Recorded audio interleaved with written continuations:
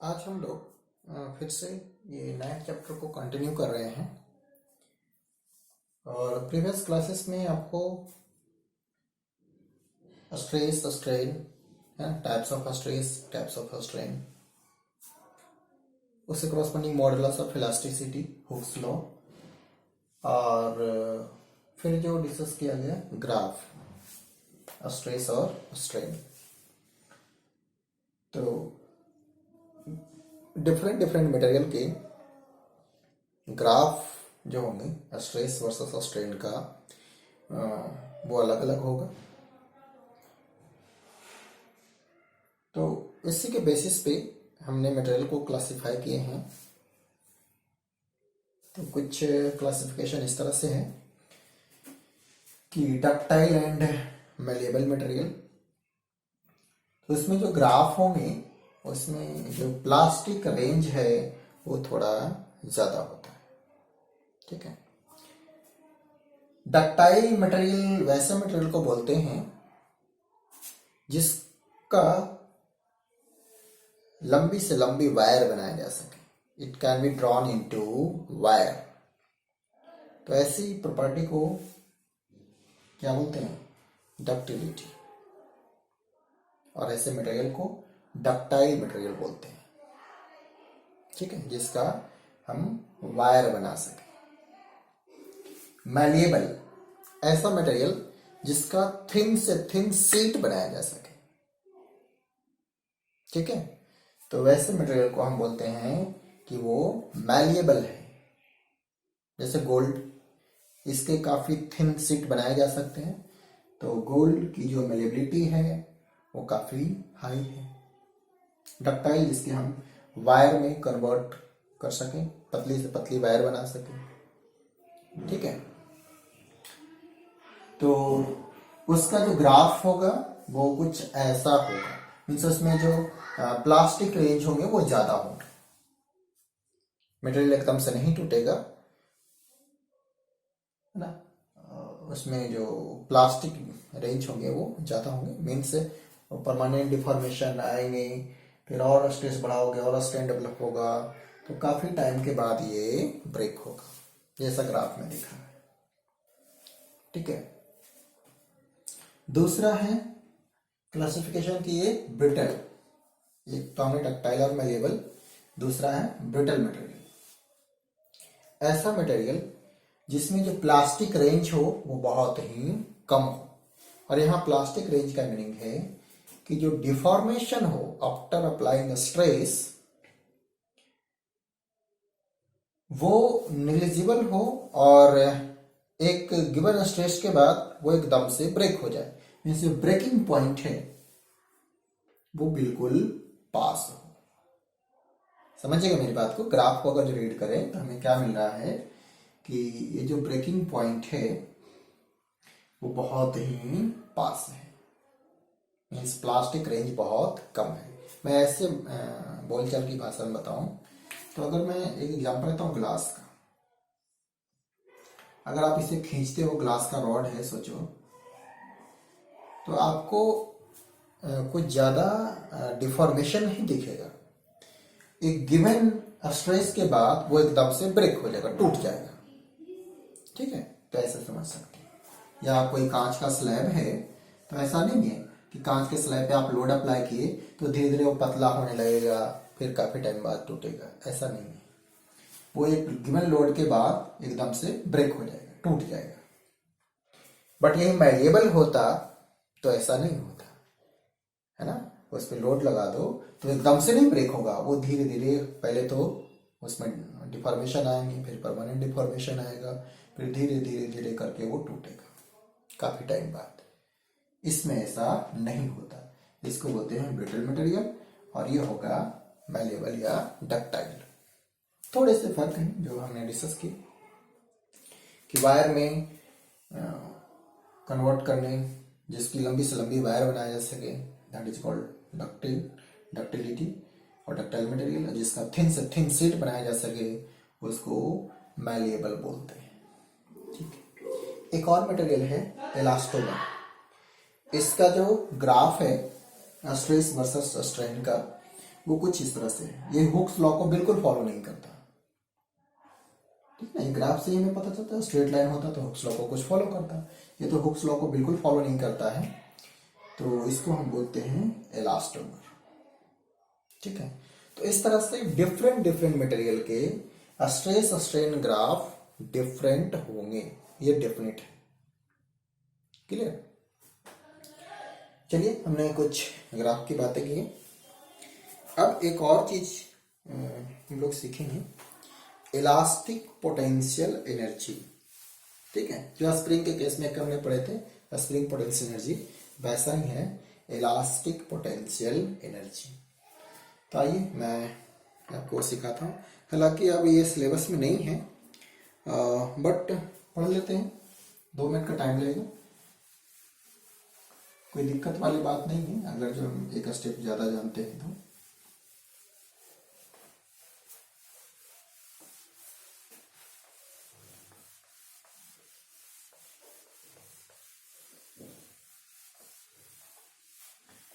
चलिए,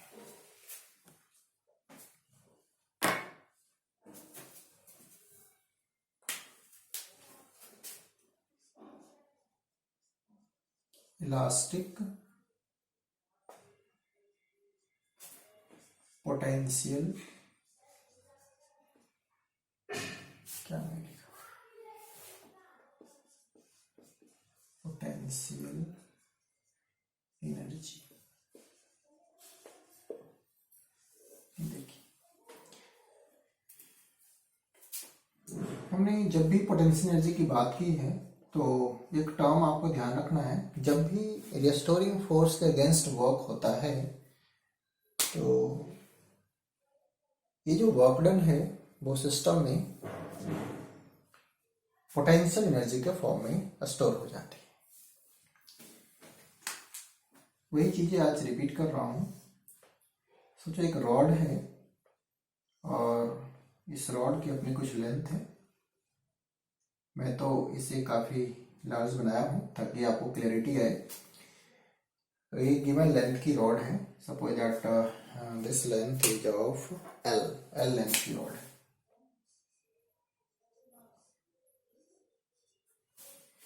और इसको जब कोई एक्सटर्नल फोर्स लगा के खींचेगा तो इसमें डिफॉर्मेशन आएगी, और इसे खींचने में, इसे डिफॉर्म करने में जो एक्सटर्नल एजेंट का एनर्जी लॉस हुआ है, जो एनर्जी खर्च हुई है, वो एनर्जी इसमें स्टोर हो जाएगी और उसी एनर्जी को बोलेंगे इलास्टिक पोटेंशियल एनर्जी।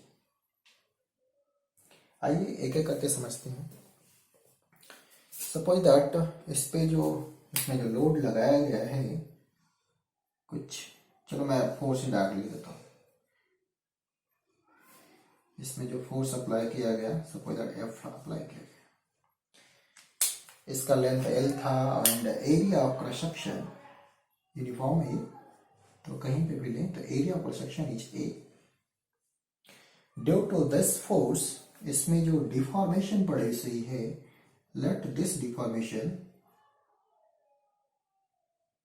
ये जो डिफॉर्मेशन है it is of what, this deformation is of,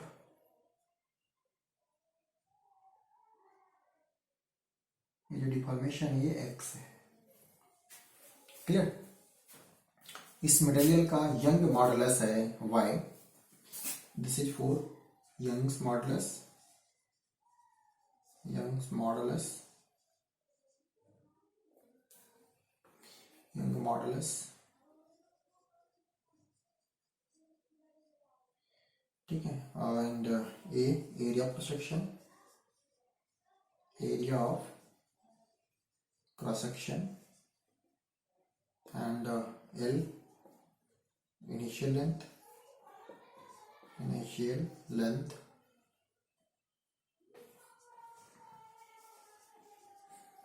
F force applied,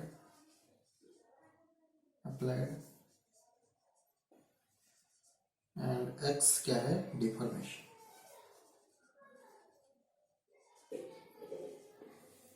due to F force, due to F force। तो इतनी बातें हैं। तो वर्क डन कितना होगा, कैसे निकालेंगे? तो देखो, अभी फोर्स F लगाया गया है। ओके, अब और थोड़ा सा अगर जो मैं डिफॉर्म करूं, बहुत ही कम, तो उस केस में मैं एज्यूम करूंगा कि जो फोर्स है वो ऑलमोस्ट F ही है। तो देखना, अभी मैं एक रिलेशन लिखता हूं कि स्ट्रेस अपॉन स्ट्रेन बोले तो x upon L is equal to Young modulus, right. अब यहां से मैं कोशिश करता हूं ऐसा लिखने का, F upon A is equal to Young modulus into x by L, right. तो जो फोर्स होगा वो आ जाएगा Young modulus into A upon L into x। This is the force right now. अभी इस पे इतना फोर्स लग रहा है, और मैं बात कर रहा हूं कि अगर जो वेरियस स्मॉल डिफॉर्मेशन इसमें और करते हैं dx का, तो फोर्स ऑलमोस्ट सेम होगा। Let various small deformation of dx, और हमने किया तो फोर्स जो होंगे वो ऑलमोस्ट F ही होंगे, ठीक है। तो इस केस में स्मॉल डिफॉर्मेशन dx के लिए कितना वर्क डन किया गया है, अब मैं उसकी बात करूंगा। तो कितनी होगी वर्क डन F dx, ठीक है। और इसी को फिर इंटीग्रेट कर देंगे, दोनों साइड इंटीग्रेट कर दो, dw is equal to F को अब इस टर्म में लिख लो, young modulus A L x, और dx लाइक दिस। कहां से कहां तक, जीरो से सोचो डेल्टा L तक हमने इंटीग्रेट करे, डेल्टा L डिफॉर्मेशन है, और वर्क डन जीरो से W हो जाएगा। जब इसे सोल्व करोगे ना, तो ये आपको मिलेगा work done is equal to Young modulus A upon L x का स्क्वेयर अपॉन 2, है ना, इंटीग्रेट करेंगे तो, और लिमिट हो गया जीरो से डेल्टा L। मीन्स अब इसी वर्क डन को हमने एक नया नाम दिया है, क्या बताओ? Elastic potential energy. इसको थोड़ा रफ करते हैं, आप फोटो ले लो, चलो इसको रफ करके मैं यहाँ लिख रहा हूँ कि जो वर्क डन है इसी को बोलेंगे इलास्टिक पोटेंशियल एनर्जी, यूज से लिखेंगे, और ये हो जाएगा वर्क डन के बराबर। आप लिख सकते हैं इसे, जब इसे सोल्व करोगे ना लिमिट पुट करके, तो वैल्यू आएगा young modulus A delta L का स्क्वायर अपॉन 2 इंटू L। इतनी चीज आएगी। इसको और थोड़ा सा अरेंज कर लो, इसको ऐसा लिख दो, young modulus A delta L upon L into delta L by 2। Young modulus area पर section deformation upon initial length को बोलते हैं फोर्स। तो आप लिख सकते हैं कि जो पोटेंशियल एनर्जी होगी वो कुछ U is equal to half of force into delta L। यह आएगा इलास्टिक पोटेंशियल एनर्जी।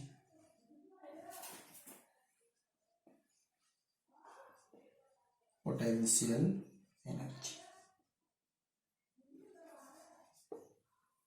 ठीक है। चलिए, तो ये हो गया इलास्टिक पोटेंशियल एनर्जी। और इसी को थोड़ा सा अरेंज करें तो एक और टर्म की डेफिनेशन हम बता सकते हैं। ये समझ आ गया ना, elastic potential energy half of क्या फोर्स लगाया गया, क्या डिफॉर्मेशन हुई, तो half of F into delta L is called elastic potential energy, यानी इसमें इतनी पोटेंशियल एनर्जी आ गई है। चलिए, एक और टर्म है एनर्जी डेंसिटी, आइए इसे भी समझते हैं। एनर्जी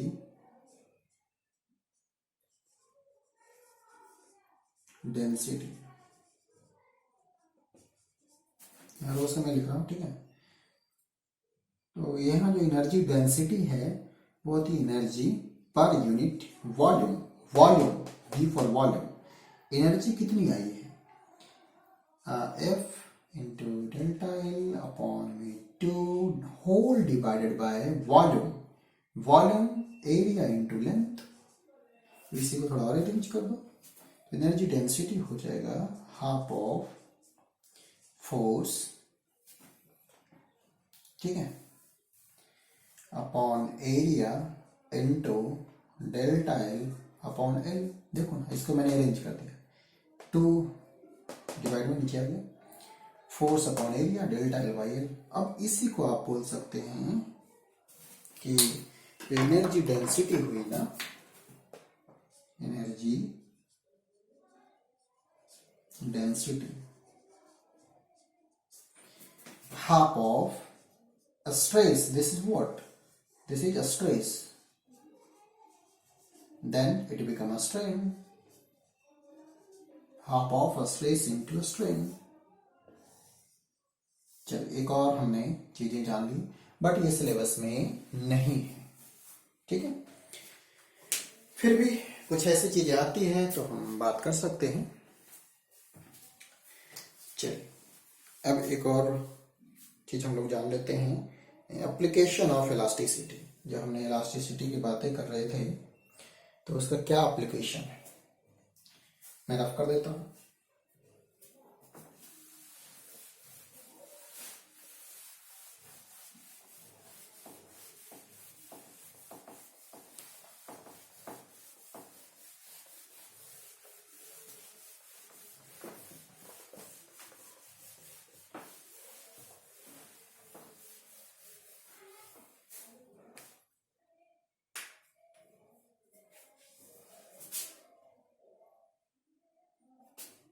application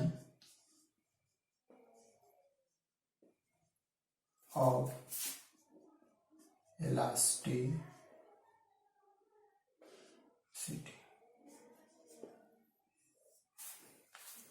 देखिए सबसे पहला designing the wires of crane, पहला एप्लीकेशन।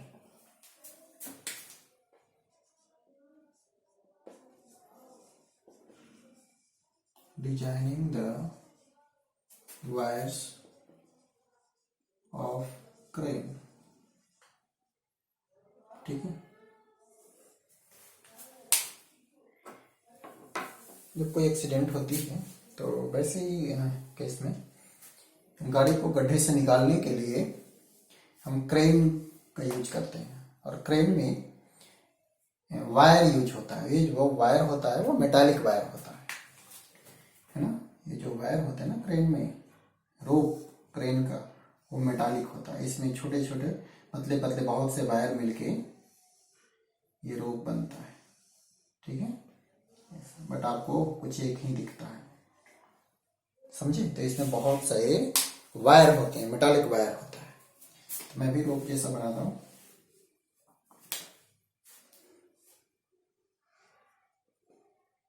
ये रोप है, ये मेटालिक वायर है, ठीक है। तो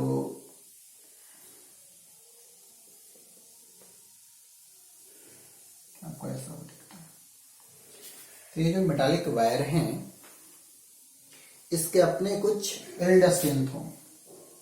मेरी बात को ध्यान से सुनिएगा। आपने जो ग्राफ में सीखे थे वो क्या सीखे थे कि अगर मटेरियल पे यील्ड स्ट्रेस से ज्यादा लोड अप्लाई किया जाता है तो ये परमानेंट डिफॉर्म हो जाएगा, और एक बार परमानेंट डिफॉर्मेशन आ गई तो उसके बाद जब आप लोड अप्लाई करेंगे तो धीरे धीरे उसकी जो परमानेंट डिफॉर्मेशन है वो और बढ़ती चली जाएगी, और फिर वो ब्रेक हो जाएगा वायर, ठीक है।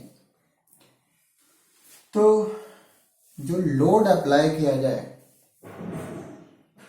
ठीक है, वो कितना अप्लाई किया जाए, तो ये जो लोड अप्लाइड हो, स्ट्रेस अप्लाई हो, वो लेस होना चाहिए इसके यील्ड स्ट्रेंथ से। मैं आपको एक स्टोरी सा बताता हूँ। सपोज दैट कि आपको क्रेन के वायर कंपनी से मंगवाना है ना। तो आप जाके बोलेंगे कि मुझे एक क्रेन के लिए वायर चाहिए। तो उसके जो इंजीनियर्स हैं वो आपसे कुछ क्वेश्चंस करेंगे। वो क्वेश्चन क्या करेंगे कि आप जो वायर ले जाना चाहते हैं मेरी कंपनी से, वो किस पर्पस से ले जा रहे हैं। तो आप बोलेंगे कि मैं इसे क्रेन में यूज करूंगा। फिर वो पूछेंगे कि कितना लोड आप इससे लिफ्ट अप करेंगे, कितने लोड उठाने के लिए आप इसको यूज करेंगे। तो आप बोलेंगे सपोज दैट कि मैं जो इस पे लोड उठाने के लिए यूज करूंगा वो लोड होगा 10,000 kg फॉर एग्जाम्पल, इतना मैं लिफ्ट अप के लिए यूज करूंगा। अब इसके बाद पूछेगा कि मैक्सिमम इतना ना, तो आप बोलेंगे हाँ मैक्सिमम इतना होगा और इससे कम ही होंगे, बट इससे ज्यादा बिल्कुल नहीं होगा। वो इस बात को बार बार रिपीट करेगा कि क्या इससे ज्यादा भी आप कभी यूज करेंगे। तो बोले नहीं नहीं, इससे ज्यादा तो बिल्कुल होगा ही नहीं, कभी हुआ भी तो इतना ही होगा, इससे ज्यादा बिल्कुल नहीं होगा। ठीक। अब वो इंजीनियर्स फिर आपसे ये भी पूछ सकते हैं कि कितनी मोटी चाहिए आपकी वायर, है ना। कुछ कुछ चीजों में कि ज्यादा मोटा होगा तो आपको डिवाइस में नहीं सेट होंगे, तो अलग बात है। तो चलो ठीक है, आपने उसको एक थिकनेस भी बता दी कि आपको इतने से ज्यादा एरिया प्रोसेक्शन वाले वायर हमें नहीं चाहिए। ठीक है, ओके। अब वो क्या दिमाग लगाएगा कि इस लोड के क्रॉसपॉन्डिंग हम एक ऐसा मटेरियल सिलेक्ट करें कि जिसमें ये गिवन एरिया भी हो गया, ये mg लोड मिल गया, कि उसका जो यील्ड स्ट्रेस हो, है ना, वो जो लोड अप्लाई किया जाएगा उसके क्रॉसपॉन्डिंग जो स्ट्रेस डेवलप होगा उससे ज्यादा हो, या बोलें कि जो अप्लाइड स्ट्रेस है वो कम हो मटेरियल के यील्ड स्ट्रेस से, है ना। यानी हमें एक ऐसा मटेरियल सर्च करना है जिसका यील्ड स्ट्रेंथ, देखिए वर्ड समझिए, यील्ड स्ट्रेंथ या यील्ड स्ट्रेस जो अप्लाई होने वाला स्ट्रेस है उससे ज्यादा हो। तो वैसे सिचुएशन में मटेरियल में कभी परमानेंट डिफॉर्मेशन नहीं आएगा, और अगर जो मटेरियल में परमानेंट डिफॉर्मेशन नहीं आता है तो ये बहुत कम चांसेस हैं कि मटेरियल ब्रेक करेगा ही नहीं। ठीक है, तो इसीलिए जब क्रेन की वायर का डिजाइन किया जाता है तो इस बात का ध्यान रखा जाता है कि इसमें मैक्सिमम कितना स्ट्रेस अप्लाई होने वाला है, तो उसके क्रॉसपॉन्डिंग जो मटेरियल का सिलेक्शन होगा इस क्रेन के वायर के डिजाइन के लिए, उनका उसका यील्ड स्ट्रेस ज्यादा होगा जो स्ट्रेस अप्लाई होने वाला है उससे। ठीक है, तो आई होप आप ये वर्ड को समझे होंगे। अब इससे क्रॉसपॉन्डिंग कभी कुछ आपको न्यूमेरिकल में आ गया कि एक मटेरियल है जिसका यील्ड स्ट्रेंथ गिवन है, आप उस पर मैक्सिमम कितना लोड अप्लाई कर सकते हैं, सोल्व कर लो। इससे क्रॉसपॉन्डिंग जो लोड आएगा वो मैक्सिमम लोड होगा, उससे ज्यादा अप्लाई करोगे तो मटेरियल में परमानेंट डिफॉर्मेशन आ जाएगी और मटेरियल धीरे धीरे ब्रेक हो जाएगा। ठीक है, चलिए, तो आप इस चीज को समझे होंगे। दूसरा है designing of beam and column, इसको रफ कर देते हैं।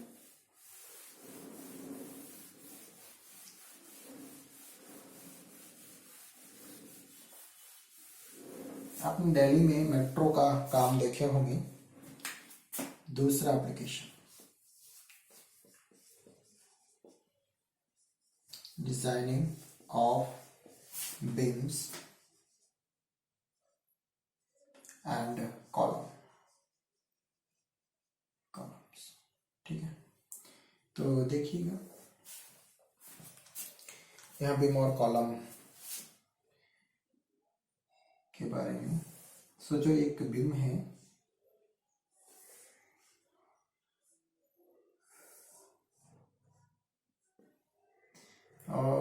ये पिलर पे रखे होते हैं, कुछ इस तरह से मैंने पिलर बना दिए।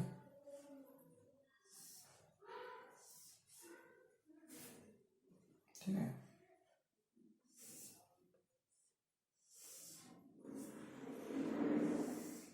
माफ कीजिएगा, ये कुछ मैं सिमिलर बनाना चाह रहा हूँ। ठीक है, ऐसे ये बीम है, ये है बीम, इसको बोलेंगे बीम। एंड ये हो गया कॉलम, इसको बोलते हैं, और पिलर भी बोलते हैं इसे। ठीक,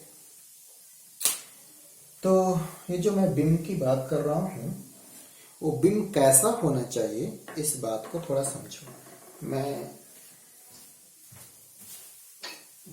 मेरे पास एक वुडन प्लैंक है, तो मैं इसके थ्रू आपको समझाना चाहता हूँ।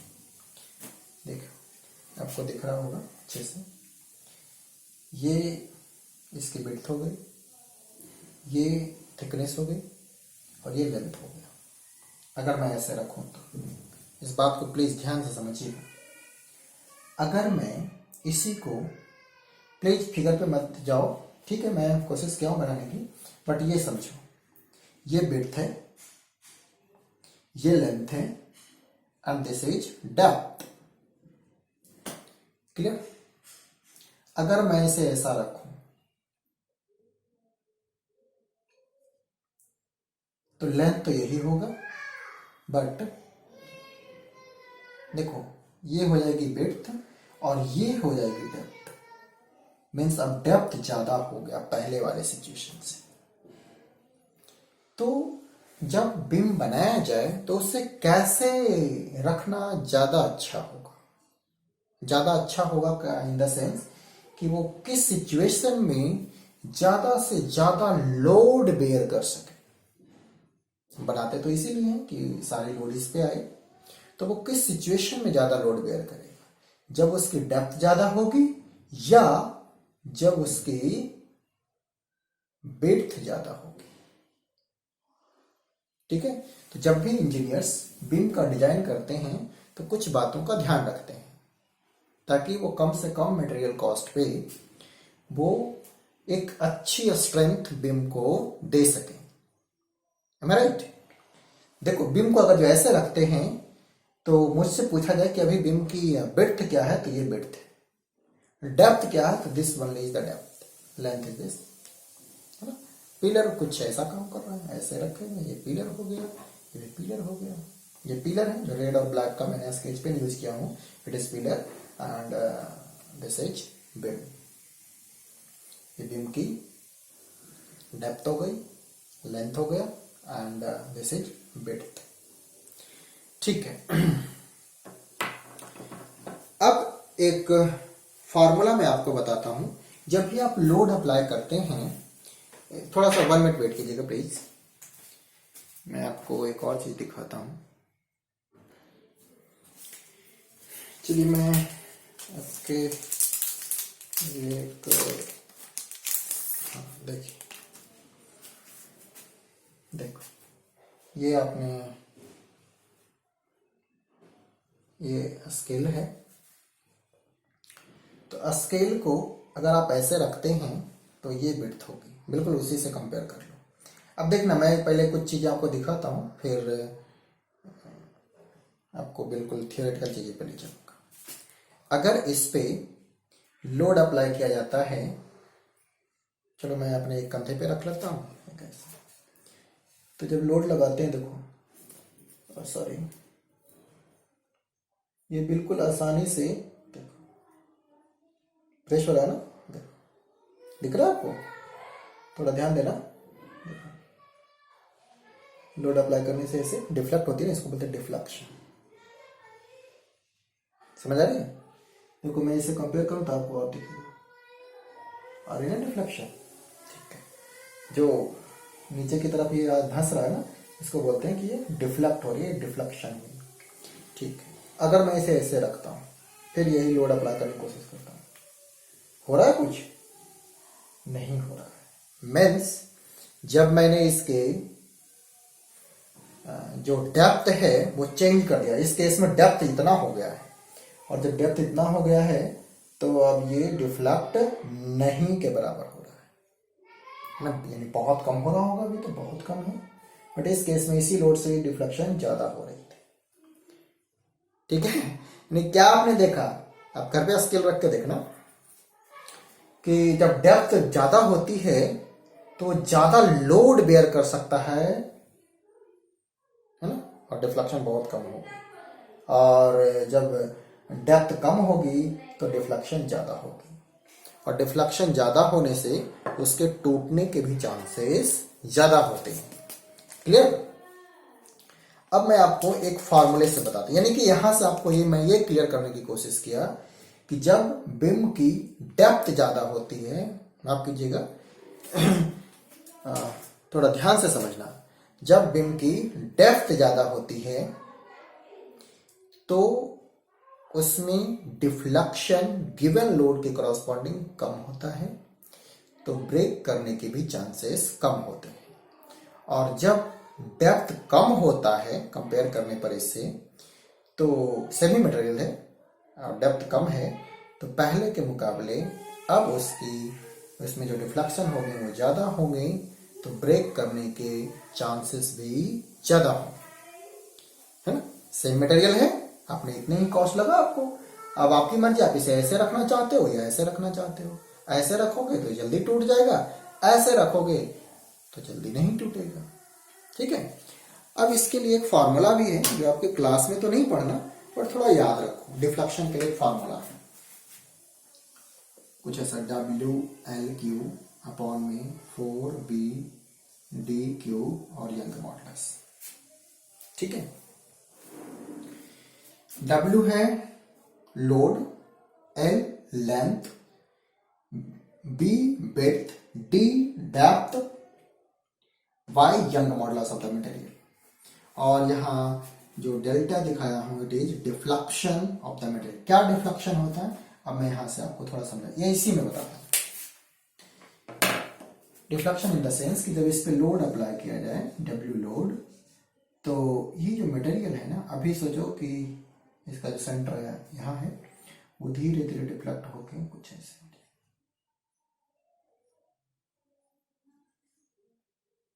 ये पोर्शन ऐसे झुक, तो ये अब यहाँ आ गया, तो this part is the deflection. ये जो हुआ ना, इसी को बोलेंगे कि इतनी डिफ्लेक्शन होगी। देखो पहले इसका सेंटर यहाँ था, अब ये ऐसे हो गया, बिल्कुल।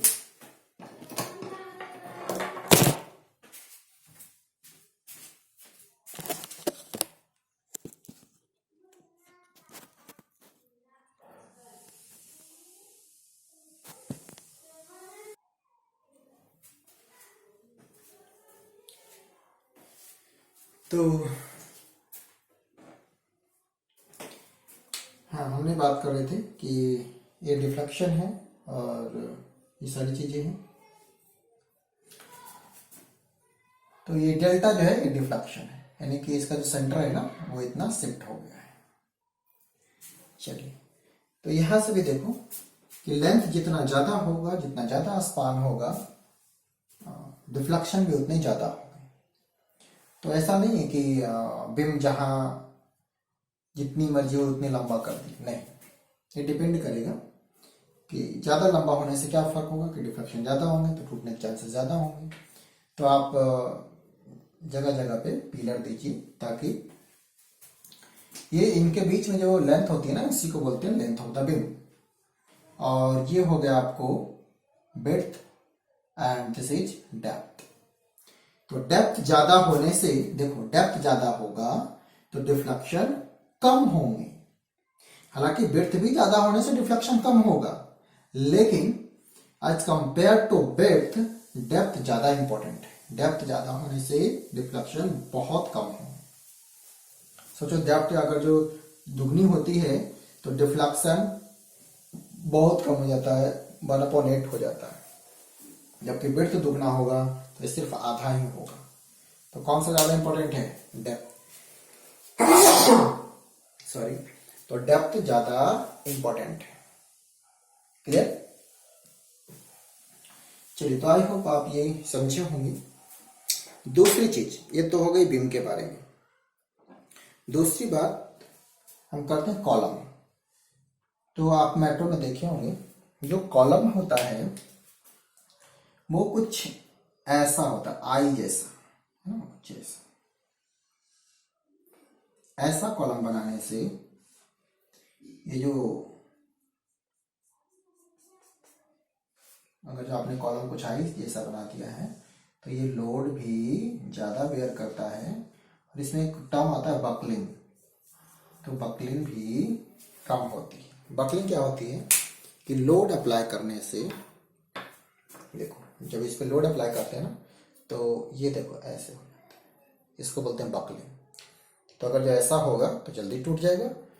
तो हम जो बीम है, जो कॉलम है, वो कुछ आई शेप का रखते हैं। आप अभी इस बात पे ध्यान देना, जब भी आप मेट्रो पिलर से पास हो तो उसके पिलर को देखना, कुछ ऐसे शेप के बनाए जाते हैं ताकि उसका जो एरिया है वो भी बढ़ जाए ऊपर में और ये लोड ज़्यादा बेयर करेगा। ठीक है, तो ये तो हो गई बीम की बातें और कॉलम की बातें। क्लियर। एक और है इम्पोर्टेंट चीज, उसको समझते हैं कि जो अर्थ पे माउंटेन की हाइट है वो 10,000 किलोमीटर से कम होती है। इस बात को समझते हैं। इसको रफ कर दूं? ठीक है।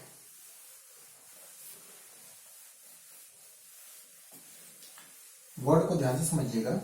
जो माउंटेन की हाइट है वो 10,000 किलोमीटर से कम होती है। उसके पीछे क्या लॉजिक है उसको देखो। Height of mountain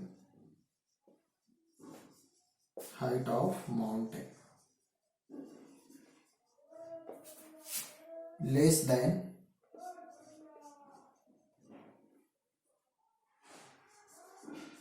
10 kilometre.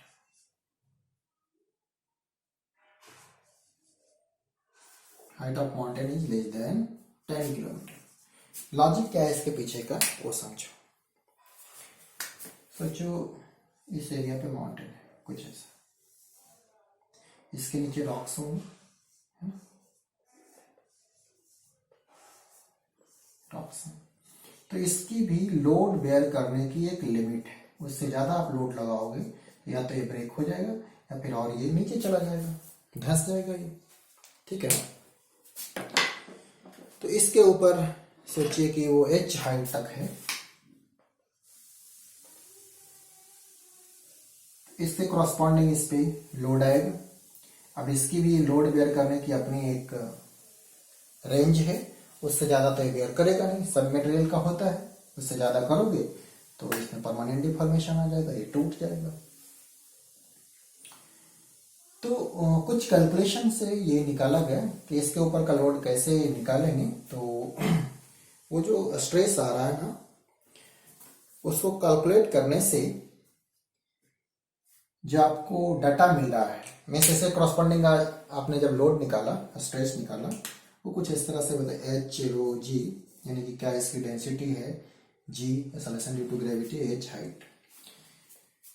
तो ये जो बात कर रहे हैं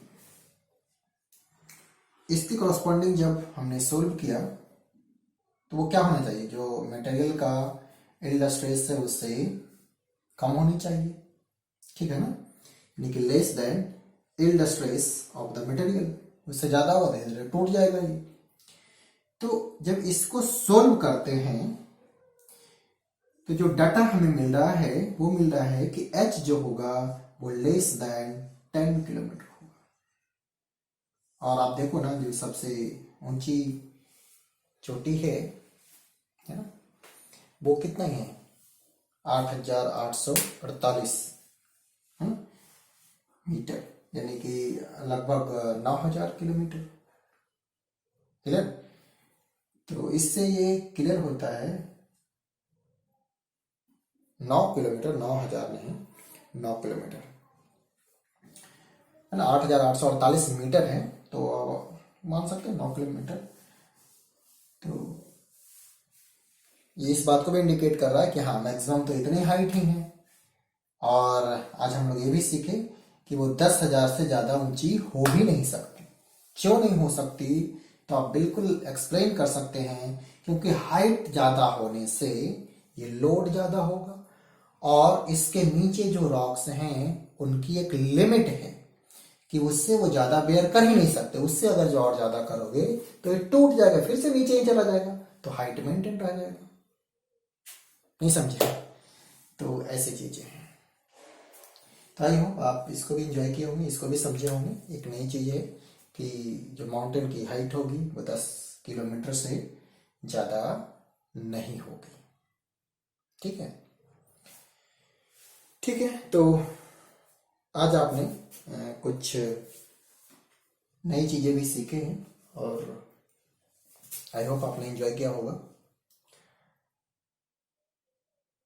तो अब आप इसका जो भी असाइनमेंट है वो कंप्लीट करो। ठीक है, तो बस इतना ही। ये चैप्टर का जो थ्योरी वाला पार्ट है वो फिनिश हो जाता है आज। ठीक है, थैंक यू।